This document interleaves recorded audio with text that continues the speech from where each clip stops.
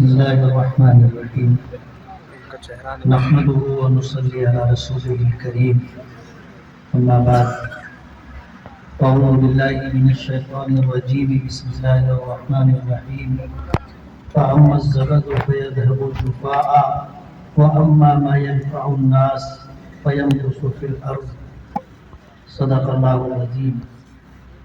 کسی شاعر نے کہا ہے کہ تم نے چاہا ہی نہیں حالات بدل سکتے تھے، میرے آنسو تیری آنکھوں سے نکل سکتے تھے، دو قدم ساتھ میرے چل کے تو دیکھا ہوتا، خود بخود تیرے خیالات بدل سکتے تھے۔ تم تو ٹھہرے ہی رہے جھیل کے پانی کی طرح، دریا ہوتے تو بہت دور نکل سکتے تھے۔ تم نے الفاظ کی تاثیر کو پرکھا ہی نہیں، نرم و لہجے سے تو پتھر بھی پگھل سکتے تھے۔ مدرسہ جامع العلوم بالاپور کا یہ سالانہ پروگرام ہے۔ اس ادارے کے بانی محتمم حضرت مولانا مفتی محمد اسلم قاسمی صاحب۔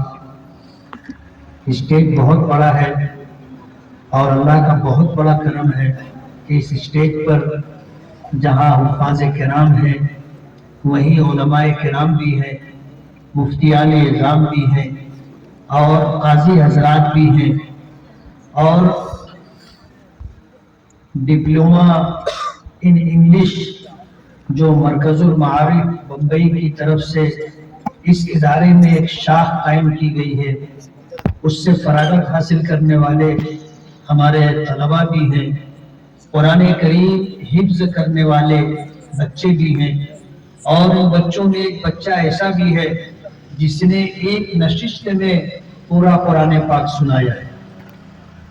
انہی کے ساتھ آج سامنے بیٹھے ہوئے ہمارے بزرگ حضرات، نوجوان دوستوں اور پس پردہ ان علماء کرام کی بات سننے والی ہماری عفت معاب بہنیں، وقت کافی ہو چکا ہے لیکن صدارت خطبہ بھی ضروری۔ میں نے قرآن کریم کی ایک آیت کی تلاوت کی ہے جو اس دنیا میں اللہ تعالیٰ کا ایک نظام ہے، اس کا حصہ ہے۔ اللہ پاک کا ارشاد ہے کہ سمندری سیلاب میں جو جھاگ پانی کے اوپر آتا ہے اس کا نصیب اور مقدر ہی مٹ جاتا ہے، لیکن اس دنیا میں جو چیز نفع بخش ہوتی ہے اللہ تعالیٰ اسے باقی رکھتا ہے۔ میں ہندوستان کے علاوہ دنیا کے تقریباً 20 ملکوں کا سفر کر چکا ہوں۔ میں نے جو بات ہندوستان میں دیکھی ہے، ہندوستان سے باہر ایسے ممالک جنہیں اسلامی ملک کو کہا جاتا ہے، سمجھا جاتا ہے، وہاں پر بھی میں نے یہ بات نہیں دیکھی۔ اللہ کا بے پناہ کرم اور احسان ہے ہندوستان پر کہ ہندوستان میں دارالعلوم دیوبند جیسے بڑے بڑے ادارے بھی ہیں، اور مسجد میں قائم ہونے والے مکاتب قرآنیہ اور مکاتب دینیہ بھی، اور ہندوستان میں علم و دین کی جو خدمت ہو رہی ہے، بیرون ملک جو اسلامی ملک سمجھے جاتے ہیں وہاں بھی خدمت کا یہ معیار یا خدمت کی یہ مثال ملتی نہیں۔ میں مالیگاؤں سے تعلق رکھتا ہوں۔ مفتی اسلم صاحب سے اس اسٹیج پر آنے سے پہلے میری بات ہو رہی تھی، میں نے انہیں بتایا کہ مالیگاؤں میں جہاں بڑے بڑے مدارس ہیں وہیں ہر مسجد میں 1980 کے بعد سے مکتب قائم ہے جو دین کی بنیادی تعلیم دیتے، اور ان مکتب میں علم حاصل کرنے والے ہمارے وہ بچے اور بچیاں ہیں جو ایک وقت اسکولوں میں جاتے ہیں اور ایک وقت یعنی آدھا دن اسکول میں اور آدھا دن مکتب میں رہ کر کے دین کی بنیادی تعلیم کے ساتھ ناظر قرآن پاک اور حفظ کی تعلیم حاصل کرتے ہیں۔ جمعیت علماء مالیگاؤں ہر سال ایک پروگرام کرتی ہے، اور وہ پروگرام یہ ہے کہ جتنے ہمارے یہاں بڑے مدارس سے فارغ ہونے والے علماء ہوتے ہیں ان کو ہم جمع کرتے ہیں، اور انہیں یہ بتانے کی کوشش کرتے ہیں کہ عالم بننے کے بعد اور ایک مسلمان ہونے کے ناطے آپ کی کیا ذمہ داری ہے۔ ابھی مولانا برہان الدین صاحب نے جس بات کی طرف اشارہ کیا کہ آج یہ بچے جو حافظ قرآن بنے ہیں اور اسی طرح ڈپلومہ ان انگلش کا سرٹیفکیٹ لینے والے جو بچے ہیں، ان کی تیاری میں قوم کی طرف سے جو زکوٰۃ، صدقات اور عطیات کی رقم آتی ہے، ان رقومات کے ذریعے ان بچوں کو تعلیم اور تربیت کے زیور سے آراستہ کر کے انہیں تیار کیا جاتا ہے۔ ان کی ذمہ داری ہے کہ یہ سماج میں اور قوم میں جانے کے بعد جو دین کی بنیادی تعلیمات ہیں، جیسے اللہ رب العالمین کی ربوبیت ہے، الوہیت ہے، وحدانیت ہے، یہ پیغام سماج تک، قوم کے ایک ایک فرد تک پہنچائے۔ میں اپنے ان بچوں سے ہی مخاطب ہوں کہ ہمارا ایمان اور یقین ہے کہ اللہ نے ہمارا نصیب اور مقدر لکھ دیا ہے، اور ہمارا نصیب و مقدر دنیا کی کوئی طاقت بدل نہیں سکتی۔ اگر ہمارے نصیب میں عزت لکھی ہے تو دنیا کی کوئی طاقت ہمیں ذلیل نہیں کر سکتی، اور اگر ہمارے نصیب میں اللہ نے دولت لکھی ہے تو دنیا کی کوئی طاقت ہمیں دولت سے محروم نہیں کر سکتی۔ اور اگر اللہ پاک نے ہمارے نصیب اور مقدر میں عزت و رفعت کے ساتھ قوم و ملت کی خدمت کا موقع لکھا ہے تو انشاءاللہ اس سے کوئی ہمیں محروم نہیں کر سکتا۔ مجھے ایک بات کہنی ہے کہ آج دنیا اس لیے جدوجہد اور کوشش کرتی ہے کہ اسے دولت اور عمارت مل جائے، لیکن آپ کو اس بات کا یقین ہونا چاہیے بحیثیت صاحب ایمان ہونے کے کہ یہ مقدر ہے۔ اگر اللہ نے مجھے دولت دینا مقدر کی ہے تو وہ ہر حال میں ملے گی، اور اگر میرے لیے درمیانی درجے میں رہنا یا غریب طبقے میں رہنا مقدر کیا ہے تو دنیا کی کوئی طاقت ہمیں اس سے اوپر نہیں لے جا سکتی۔ لیکن آپ دنیا کے پیچھے اور دولت حاصل کرنے کے لیے اپنی صلاحیت نہ لگائیں، یہ تو آپ کو نصیب اور مقدر سے ہر حال میں ملے۔ ہمیں اپنی آخرت بنانے کے لیے اور اللہ کی دیگر بندوں کی آخرت بنانے کے لیے محنت اور جدوجہد کرنی۔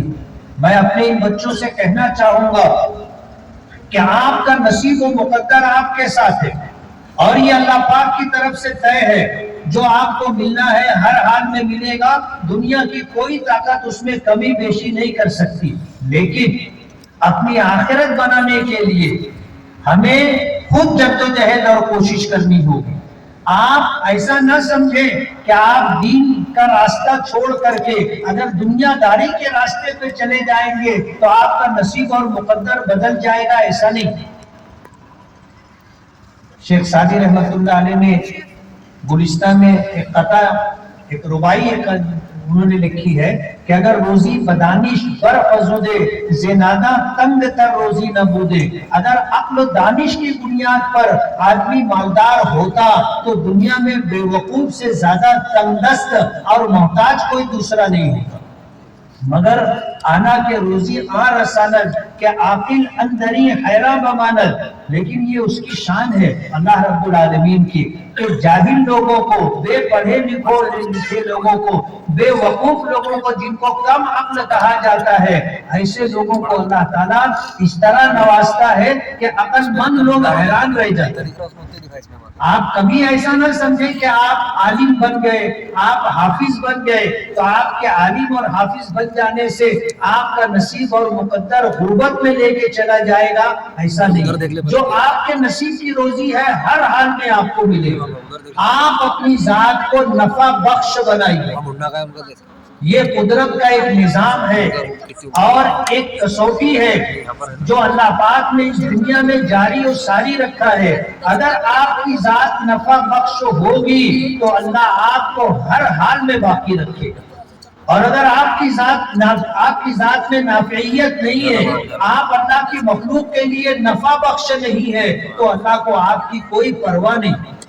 آپ کہاں مٹ جاؤ گے، بے نام و نشان ہو جاؤ گے، دنیا کی بھیڑ میں گم ہو جاؤ گے، آپ کو پتہ بھی نہیں چلے گا۔ آپ اپنی ذات کو نفع بخش بنائیں۔ آپ کی ذات اگر اللہ کی مخلوق کے لیے نفع بخش رہے گی تو اللہ آپ کو باقی رکھے گا۔ یہ ایک پیغام میں آپ کو دینا چاہوں گا، اور اس پیغام کو آپ گانٹھ باندھ کر کے رکھ لیجئے۔ اپنی ذات کو نفع بخش بنائیے، اللہ کی مدد آپ کے ساتھ ہوگی، اللہ آپ کو باقی رکھنے کا فیصلہ کرے گا، اور پوری دنیا کی طاقت مل کر کے اگر تمہیں مٹانا چاہے گی، ختم کرنا چاہے گی تو ختم نہیں کر سکے۔ اس اسٹیج پر میں نے داعیہ اسلام اشتیاق بھائی کی بات بھی سنی، اور مولانا برہان الدین صاحب کا ایک جملہ کہ آنے والا وقت انشاءاللہ اسلامی انقلاب کا وقت ہو۔ انشاءاللہ ہم اپنی ذات کو نفع بخش بنائیں، اور اللہ کی وحدانیت، اس کی ربوبیت اور الوہیت کا یہ پیغام اقدامی شکل میں ہم ان لوگوں تک پہنچائیں جن کے پاس اسلام پہنچا نہیں۔ آپ کو موقع شاید نہیں ملا ہوگا ہندوؤں کے کسی مجمع میں بات کرنے کا، لیکن آپ یقین مانیے کہ جو 33 کروڑ دیوی دیوتاؤں کو مانتے ہیں، کیا وہ اللہ رب العالمین کو اور اللہ کے رسولوں کو نہیں مانیں گے؟ مانیں گے۔ کہتے ہیں کہ حقیقت ہو تو دل سینے میں کھنچ جاتے ہیں اے وائز، حقیقت خود کو منوا لیتی ہے، منوائی نہیں جاتی۔ آپ اللہ کا پیغام، دین اسلام کا پیغام، اللہ تعالیٰ کی وحدانیت، اس کی ربوبیت اور اس کی الوہیت صحیح طریقے سے، سلیقے سے اگر آپ ان کے درمیان رکھیں تو وہ اسے قبول کریں۔ آج ہم دفاعی پوزیشن میں ہیں۔ ابھی ایک جملہ یہ بھی آپ نے سنا کہ آج اس وقت شکیلیت کا فتنہ عروج پر ہے، اورنگ آباد سے نکل کر کے مہاراشٹر میں، اور مہاراشٹر سے نکل کر کے دیگر صوبوں تک پہنچ رہا ہے۔ ہم لوگ دفاعی پوزیشن میں ہیں کہ ہم جو ہے دفاع کرتے ہیں، شکیلیت کا فتنہ کیسے مٹے گا، قادیانیت کا فتنہ کیسے مٹے گا، ہم اس سلسلے میں پریشان ہیں۔ ہم دفاعی پوزیشن میں ہیں، اور یہی وجہ ہے کہ ہم لوگ پریشان ہیں۔ ہم جس دن اقدامی پوزیشن میں آ جائیں گے کہ اللہ کے دین کی بات، قرآن کریم کی بات، نبی کریم صلی اللہ علیہ وسلم کی بات ان لوگوں تک پہنچانے کی کوشش کریں گے جہاں تک ہماری یہ بات پہنچی نہیں ہے۔ آپ اقدامی پوزیشن میں آ جائیے، صورتحال بدل جائے گی۔ دنیا منتظر ہے، دنیا منتظر ہے۔ میں آپ کو ایک بات بتاؤں گا کہ جن غیر مسلم آفیسروں سے میرا تعلق رہتا ہے، میں کوشش کرتا ہوں کہ یہ تعلق ایسا ہو جائے کہ ہم بے تکلفی کے ساتھ کوئی بات کہہ سکیں، اور ایسا تعلق بنانے کے بعد انہیں اسلام کی دعوت دی جائے۔ جب انہیں اسلام کی دعوت دی جاتی ہے تو وہ سنتے ہیں، اور آپ کو میں بتاؤں گا تو آپ کو حیرت ہوگی کہ اس بات کو سننے کے بعد کتنے آفیسروں نے مجھے یہ بات کہی کہ جس دن سے آپ کی بات سنی ہے اس دن سے کبھی مندر نہیں گئی، اور اپنے گھر میں جو تصویریں لگی ہوتی ہیں کبھی ہم نے اس کی پوجا نہیں کی۔ میں نے ان کو توحید کا پیغام دیا، انہیں اسلام سمجھایا، بتایا۔ کہنے لگے کہ ہمارے لیے مشکل بہت ہے کہ ہم اگر اسلام قبول کر لیتے ہیں تو نام بدلنا پڑے گا، اسلام قبول کر لیتے ہیں تو 5 وقتہ نماز ہے، روزہ ہے، زکوٰۃ ہے، حج ہے، یہ سب کچھ کرنا پڑے گا۔ ان سے میں نے کہا کہ آپ ایمان قبول کر لیجیے، آپ ایمان قبول کر لیں گے تو کم سے کم آخرت میں آپ کی نجات تو ہو جائے گی۔ آج مسلمانوں میں 98% لوگ نماز نہیں پڑھتے لیکن مسلمان ہیں، کوئی بھی انہیں اسلام سے خارج نہیں کرتا۔ روزہ نہیں رکھتے لیکن مسلمان ہیں، زکوٰۃ نہیں دیتے لیکن مسلمان ہیں، حج نہیں کرتے لیکن مسلمان ہیں۔ آپ کو اگر دقتیں ہیں تو آپ نام مت بدلیے، آپ کو اگر دقت ہے تو آپ علل اعنان نماز مت پڑھیے۔ روزہ تو بہت سارے غیر مسلم لوگ بھی رکھتے ہیں، شوقیہ رکھتے ہیں، 27واں روزہ رکھتے ہیں، بڑا روزہ بول کر کے رکھتے ہیں، اور جس طرح ہم زکوٰۃ دیتے ہیں، غیر مسلموں میں کتنے ایسے ہیں کہ وہ اپنی آمدنی کا ایک بہت بڑا حصہ، ہم تو 2.5% زکوٰۃ دیتے ہیں، وہ 50% جو ہے دان کرتے۔ بتانا یہ ہے، جب ان کو یہ بات کہی گئی کہ آپ اللہ رب العالمین کی وحدانیت کو مان لو اور شرک اور بت پرستی سے رک جاؤ، اگر تم عمل کے معاملے میں کوتاہ بھی رہو گے تو آخرت میں انشاءاللہ نجات ہو جائے گی اور جہنم میں جانے سے بچ جاؤ گے۔ آج اس اسٹیج پر علماء کی ایک بہت بڑی تعداد ہے۔ میں یہ پیغام دینا چاہوں گا کہ اگر کہتے ہیں نا کہ سلیقہ شرط ہے، دنیا میں کچھ نہیں مشکل، ہوا کے رخ پہ جلاؤ چراغ جلتے ہیں۔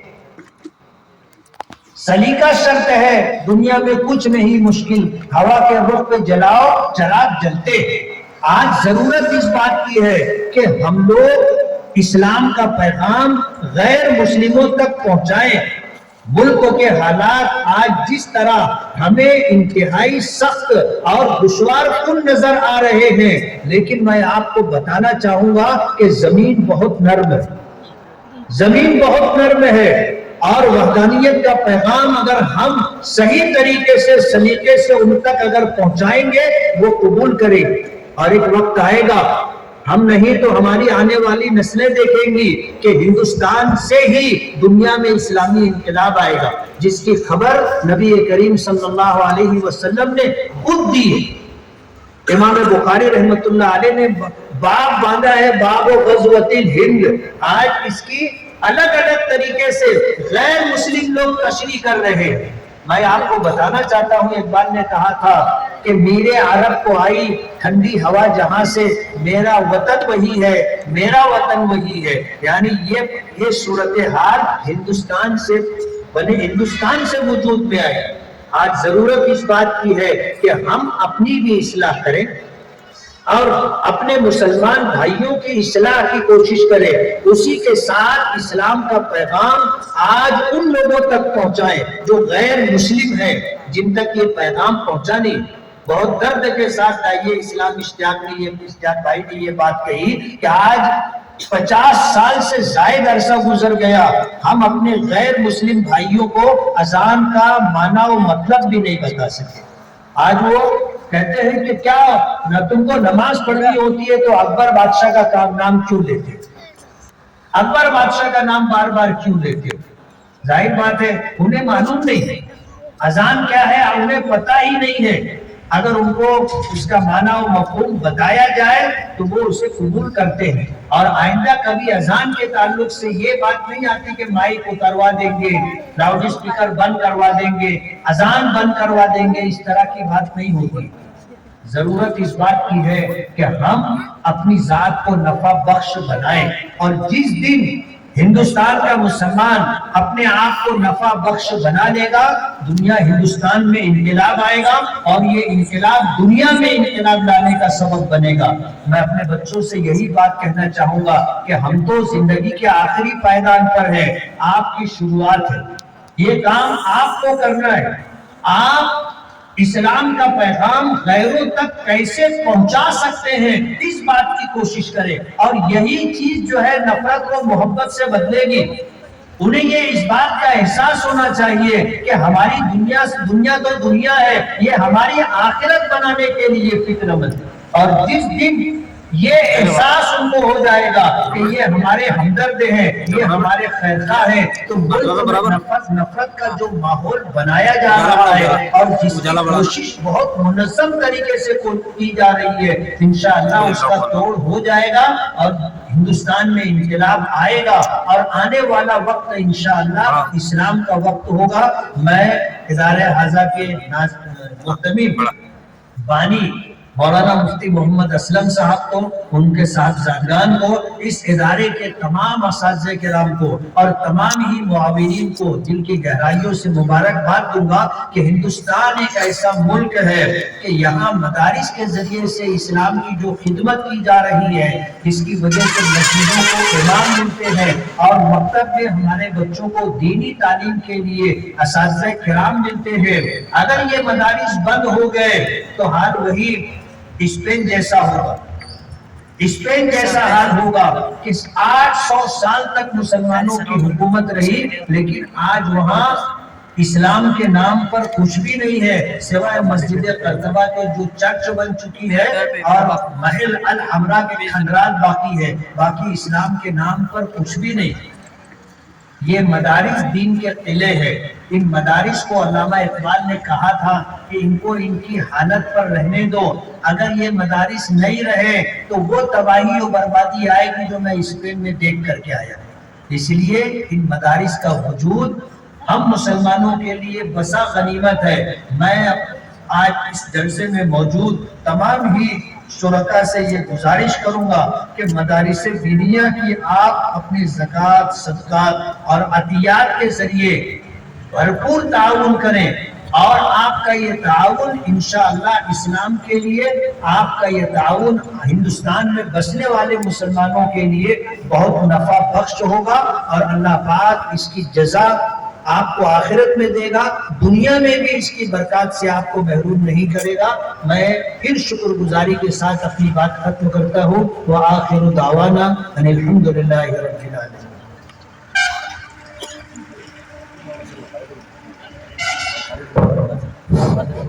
جزاکم اللہ، بہت ہی قیمتی ماشاءاللہ حضرت مفتی صاحب نے باتیں کی۔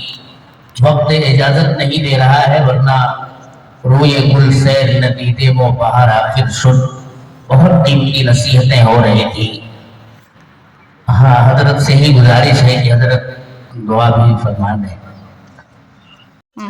ہائے گائز، امید ہے کہ آپ سب خیریت سے ہوں گے۔ ابھی آپ نے دیکھا کہ کس طریقے سے حضرت مولانا مفتی محمد اسماعیل صاحب قاسمی نے آپ کو حالت حاضرہ اور برادران وطن کے اندر اور مسلمانوں کے اندر، امت کے اندر کس طریقے سے اخلاق، کردار اور محبت سے پیش آ کر دین کے پیغام کو پہنچانا ہے، آپ کو کس طریقے سے انہوں نے اس کا طریقہ کار بتایا۔